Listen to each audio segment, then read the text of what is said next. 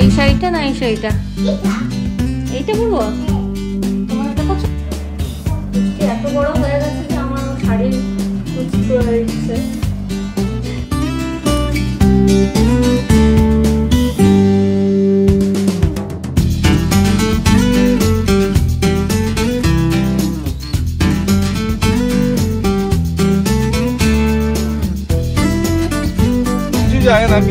সব কথা বলতে হবে। মা কি হয়েছে একটু গল্পটা বলো। কিসের জন্য বলো? এতক্ষণ ধরে কি গল্প চলছিল ভাবতে পারবে না। ও অভিক বলেছে যে সাইকেল চালানো শিখতে গেলে পড়তে হবে, রক্ত বেরোবে, আমাদেরও রক্ত বেরিয়েছে, সেই রক্ত চিনের মধ্যে বিশাল গল্প দিয়েছে।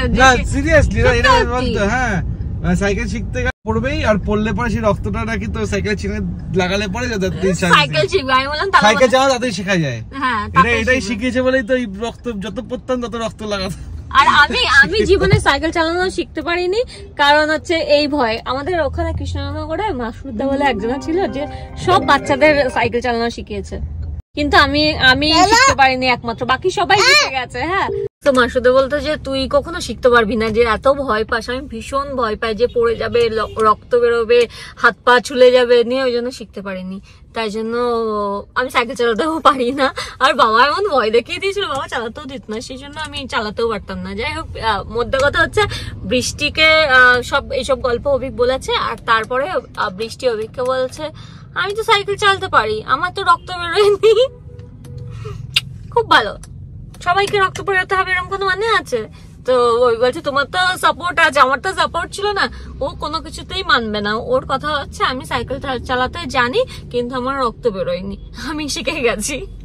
তো আমরা এখানে ওয়েট করছি। অভিক গেল অ্যাকচুয়ালি হসপিটালে দিদনকে দেখতে, আর আমি আর বৃষ্টি গাড়িতে ওয়েট করছি। আমরা একসাথে যেহেতু যেতে পারবো না, কারণ বৃষ্টি আছে, হসপিটালে নিয়ে যাবো না ওকে, তো অভিক দেখে আসবে দিদনকে, দেন আমি যাব আবার দেখতে।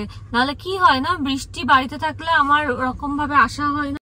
আর মানে অন্য উইকডেজে কি হয়, অভিক কাজে থাকে, তো অভিকের কাছে দিয়েও আসি, এমন না আসি না, কিন্তু সবসময় সেটা সম্ভব হয় না, কারণ সবসময় ওর অফিসে কাজ আছে, এরকম তো না, বাইরে বাইরে যেতে হয়।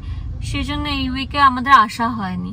তাই সানডে এখন বেরিয়েছি। এখন অভিক গেছে দিদনকে দেখতে, তো বৃষ্টিকেও সেই জন্য সাথে করে নিয়ে এসেছি। অভিক আসবে, তারপর বৃষ্টিকে রেখে আমি যাব। না। হ্যাঁ মা, না, দিদনকে তো দেখতে হবে, বুড়ি মাম্মাকে দেখবো না? তুমি যেতে পারবে না মা, তুমি তো অনেক ছোট, ছোট বেবিদের অ্যালাউ করবে না ওখানে। আর একটু বড় হয়ে যাও, তুমি তিথির মতন বড় হয়ে গেলো, তখন যেতে পারবে। হ্যাঁ, একা একা পারবে না শোনো, পারলে পরে আমি নিয়ে যেতাম না। পিঙ্কি আর পিঙ্কির মা, এই যে পিঙ্কিকে নিয়ে আসবে, যেখানে যাবে পিঙ্কির সাথে থাকবে। কেন রে?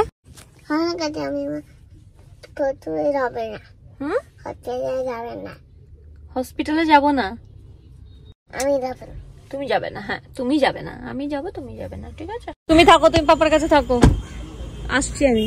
দিদনকে কাল ছেড়ে দেবে, এটা একটা ভালো খবর। কি কি হয়েছে? বাবা বকেছে ওকে? তাহলে সরো সরো, গল্প করেছো?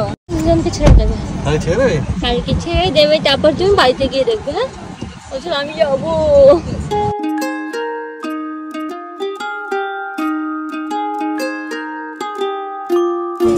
তুমি কি নেবে? কোনটা নেবে? কোনটা চাই? পাপা দেবে নাকি?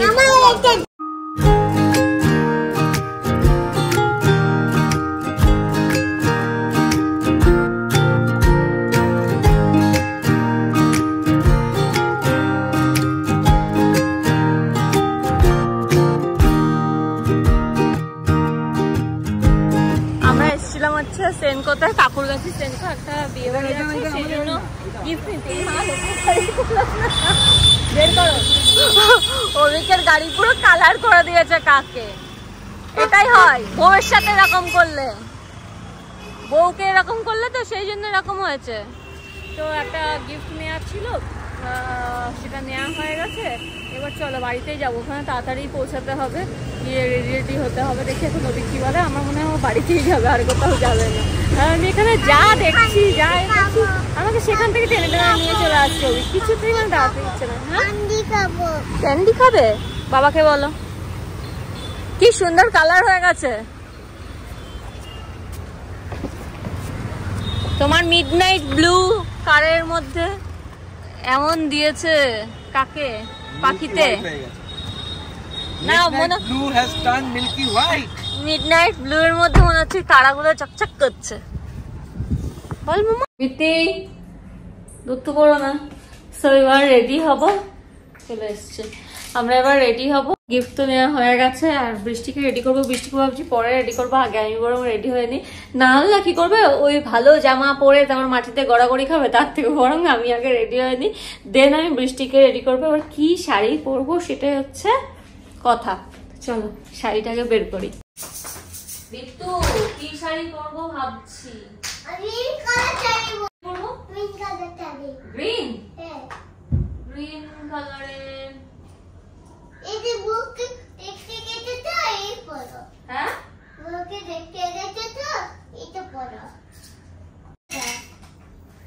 এটা পড়তে পারি। এটা পরবো। বৃষ্টি শুধু কথা শোনো, মাথা ঘুরে পড়ে যাবে, কি পাকা পাকা কথা বলে। মাম এই শাড়িটা না এই শাড়িটা, কোনটা পরবো বলো? এইটা পরবো। তোমার এটা পছন্দ? বুঝতে পারছি না, একটা তো এই ব্ল্যাক কালারের আছে, এই শাড়িটা বেশ সুন্দর লাগে পরলে। আমি তবে পরিনি, এটা আমার মায়ের শাড়ি, সেটাই ভাবছি পরবো কিনা। আর এই একটা শাড়ি আছে গ্রিন কালারের স্বর্ণচুরি, তো কোনটা পরবো সেটাই ভাবছি। এটাও আমার মায়ের শাড়ি, বৃষ্টির পছন্দ হচ্ছে এটা, আর আমি ভাবছি পরি এটা। তো মেয়ের পছন্দেই পরি, মায়ের শাড়ি যখন পরবো তাহলে মেয়ের পছন্দেই পরি, গ্রিনটাই পরি। ঠিক আছে চলো।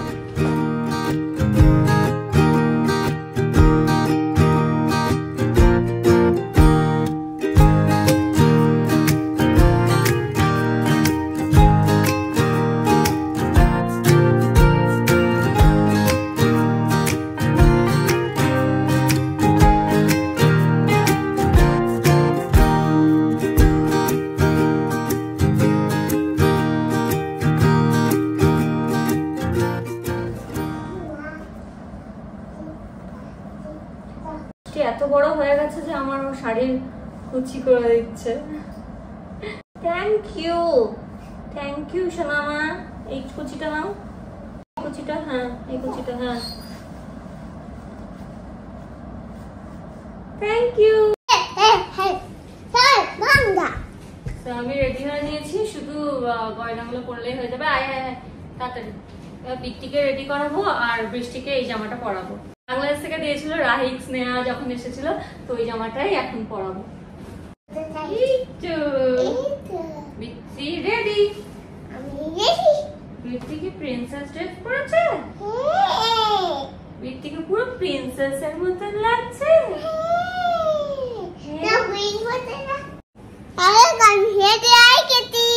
হ্যাঁ গাইস, বৃষ্টি রেডি হয়ে গেছে, তাই তো? কিন্তু তুমি টিপটা কেন করছো? ভালো লাগছে না। আমার ভালো লাগতে পাই।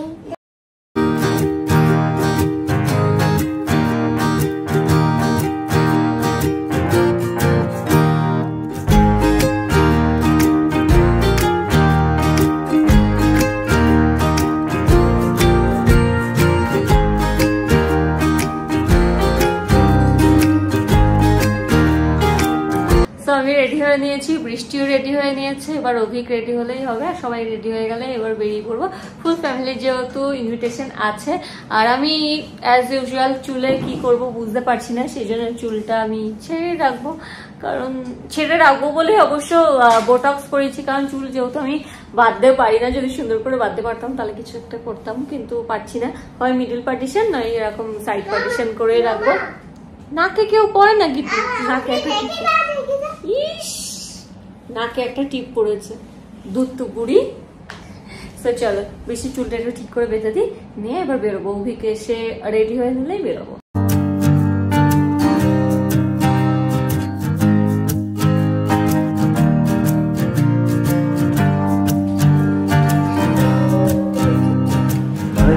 লাগছে না? অনেক রোগা লাগছে, দাড়িটা কেটেছো তাই দেখতে।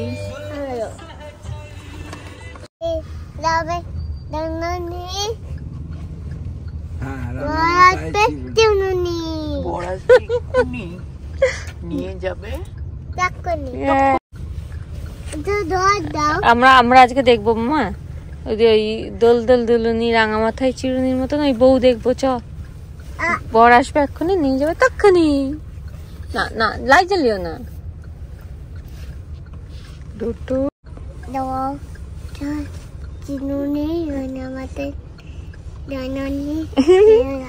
সবই দুলুনি